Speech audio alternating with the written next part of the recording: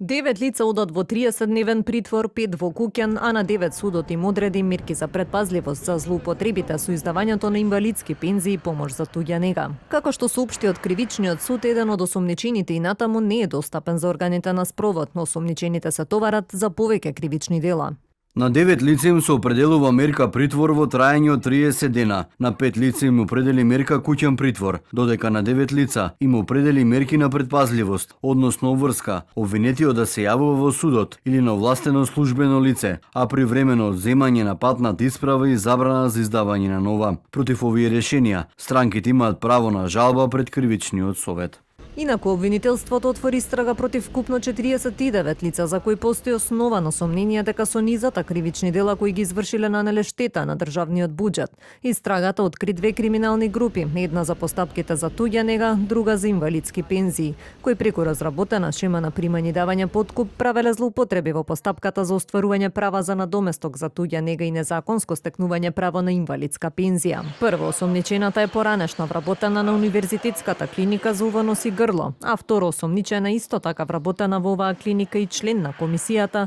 за ревизија на наот, оцена и мислења за утврдување на инвалидност, односно неспособност за работа. Меѓу осомничените се и лекари специјалисти кои биле председатели на стручната комисија за туѓа нега во рамки на општата болница Велес, како и вработени од Универзитетската клиника за неврологија Скопје, адвокат од Велес и службеник од Тетовскиот центар за социјални работи.